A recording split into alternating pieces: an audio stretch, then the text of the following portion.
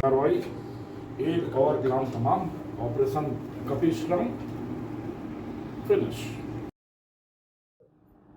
बताइए। एक छोटे से अंतराल के बाद हम सब फिर मुखातिब हैं। नशे के धुरंधरों के धमाल को अपनी धुआंधार धरपकड़ की धमक से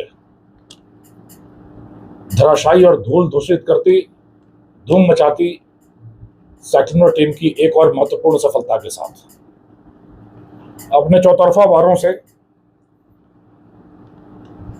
नशे के महाकारोबार पर महादानव की कमर तोड़ती सेक्टर टीम की यह 100वीं उपलब्धि है। इस बार यह कहानी है नशे की दुनिया के एक स्वयंभू और बेताज बादशाह बन बैठे अपराधी हनुमान राम, जो कि गीला क्षेत्र का रहने वाला है।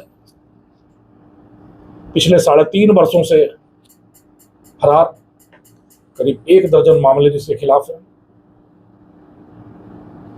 जिस पर 40,000 रुपए का इनाम है और जिसकी गिरफ्तारी के लिए ऑपरेशन कपीश्रम चलाया गया था। एक लंबे समय तक कड़ी मशक्कत के बाद यह अपराधी अपने एक और दुर्दांत साथी, जो कि नशे के कारोबार का वह भी महातस्कर है, उसके साथ पकड़ा गया। नशे भी जो पिछले 3.5 सालों से फरार चल रहा, जिसकी गिरफ्तारी पर 40,000 रुपए का इनाम घोषित, दर्जनों मुकदमे, मारपीट, छीना झपटी, मादक द्रव्यों की तस्करी, आर्म्स एक्ट, पुलिस पर हमला जैसे करीब दर्जनों मुकदमे, और तुर्रा यह कि यह दर्जनों मुकदमे ऊंट के मुंह में जीरे की तरह पिछले करीब 12 वर्षों से नशे की दुनिया का स्वयंभू सरताज बना यह अपराधी किस तरह पुलिस की आंखों में धूल झोंकता रहा और सिर्फ दर्जन भर मुकदमे दर्ज हो पाए। यह कहानी बड़ी दिलचस्प है। बिना शगुन देखे यह अपराधी निकलता नहीं था। पानी का घड़ा लिए हुए कोई महिला निकले, तीतर किधर बोलता है, कीकर किधर बोलता है, सियार किस तरीके से सड़क पार करते हैं, इन सारी चीजों को देखता हुआ तब अभियान पर निकलने वाला यह अपराधी हमेशा सफल होता रहा। बहुत कम मुकदमे मादक द्रव्यों की तस्करी के इसके खिलाफ दर्ज हो पाए, पर विडंबना यह देखिए समय का व्यतिक्रम कि हाथ में जादुई कड़ा पहनने की ललक, उस जादुई कड़े को मंत्रबद्ध कराने, मंत्र सिद्धि कराकर यह टोटका करना कि जब तक हाथ में यह कड़ा रहेगा दुनिया की कोई भी ताकत उसको पकड़ नहीं पाएगी। और उस कड़े की मंत्र सिद्धि के लिए वह उज्जैन जाता है और वह कड़ा ही उसके गले की फांस बन जाता है। तो हाथ के जादुई कड़े से पुलिस की हथकड़ी पहनने तक, उज्जैन से जोधपुर तक का सफर तय किया अपराधी हनुमान राम ने। कहानी वही टकसाली कहानी है, एक ही सांचे में ढले हुए एक से सिक्के। वही कहानी जो आमतौर पर इन मादक द्रव्य के तस्करों के जीवन की कहानी रही है। पढ़ाई लिखाई में मन न लगना, 10वीं 12वीं के बाद पढ़ाई छोड़ देना, दुस्साहसी होना, जल्दी पैसे कमाने की ललक, अति महत्वाकांक्षा और गलत सोहबत। और हर अपराधी की तरह पिता का प्रयास कि पुत्र सही दिशा में चले, तो कभी एक व्यापार में लगाया, कभी कपड़े के व्यापार में कर्नाटक भेजा, कभी गाड़ियों का व्यापार राजस्थान में कराया, और पूत के पांव पालने में ही नजर आ जाते हैं। गलत सोहबत में पड़ा हुआ हनुमान राम चोरी के वाहनों के पहले मारकाट करता रहा। जिस भी धंधे में लगा वहां उसने जमकर मारकाट की, वाहन चुराने शुरू किए, चोरी के वाहन इस्तेमाल करने शुरू किए, और अपने दुस्साहसी स्वभाव अपने दबंग स्वभाव, मारकाट की आदत और तेज ड्राइविंग के चलते जल्द ही कुख्यात तस्करों की नजर में आ गया। 2012 के आसपास, करीब 13 साल पहले, एक विवाह समारोह में हनुमान का संपर्क हुआ कुख्यात अपराधी जस्सा राम से। ये वही जस्सा राम है जो पिछले साल जून में ऑपरेशन मोना चलाकर पकड़ा गया था, एक कुख्यात तस्कर। आपने वो वीडियो देखा है जिसमें उसके घर पर किस तरीके से छापेमारी की पुलिस ने और उसको धर दबोचा था। उसी जस्सा राम का पहले तो ड्राइवर बना, इसकी प्रतिभा देखकर जस्सा राम ने इसको धीरे धीरे साझेदार बना लिया और साझेदारी से फिर वह उसका ट्रैवल प्रतिद्वंदी भी बन बैठा। पिछले साल जून में जस्सा राम के पकड़े जाने के बाद इस पूरे इलाके में नशे की दुनिया का बेताज बादशाह बन बैठा हनुमान। पर सेक्युलर टीम की लगातार धड़ाधड़ कार्रवाइयां देखकर उसके मन में पकड़े जाने का भय सताने लगा। लगातार एक के बाद एक दुर्ग धराशायी होते देखकर वह चिंतित हो उठा और उस चिंता में उसके संपर्क में आया उज्जैन का एक साधु। उज्जैन के साधु ने उसको पहनने के लिए हाथ में एक कड़ा दिया और मंत्र सिद्धि की कि इस मंत्र का प्रभाव अगले 1 साल तक रहेगा और इस अवधि में कोई भी दुनिया की कोई भी ताकत तुम्हें पकड़वा नहीं पाएगी। उस मंत्र सिद्ध कड़े को टोटके की तरह पहनता रहा अपने हाथ में, चाहे कपड़े पहनना भूल जाए, और वह कड़ा नहीं उतरता था।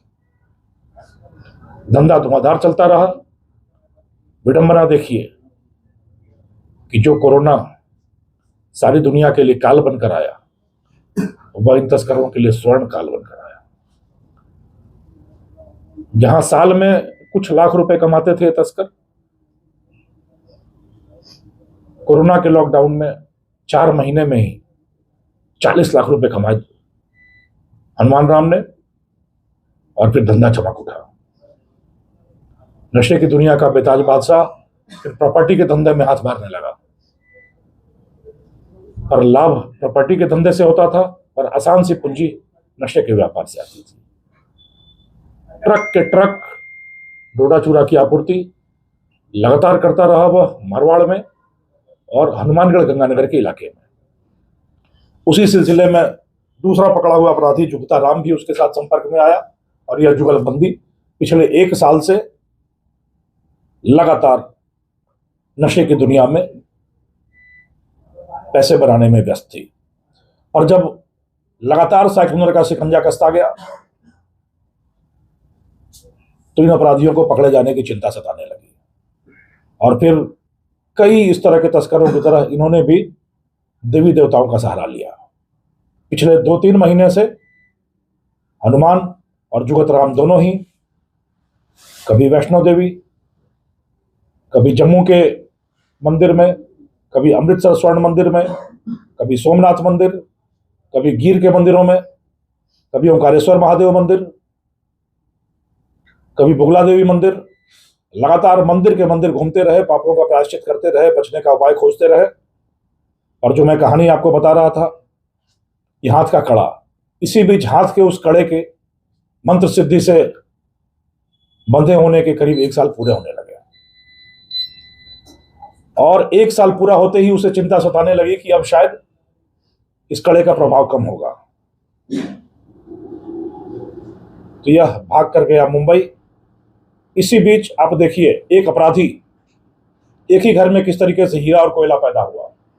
एक अध्यापक पिता का एक पुत्र बचपन से अनुशासित, पढ़ाई में होशियार, वह छोटा बेटा मुंबई में जाकर इंजीनियर बनता है और बड़ा दुस्साहसी अपराधी प्रवृत्ति का बालक मादक द्रव्यों का कुख्यात तस्कर बनता है।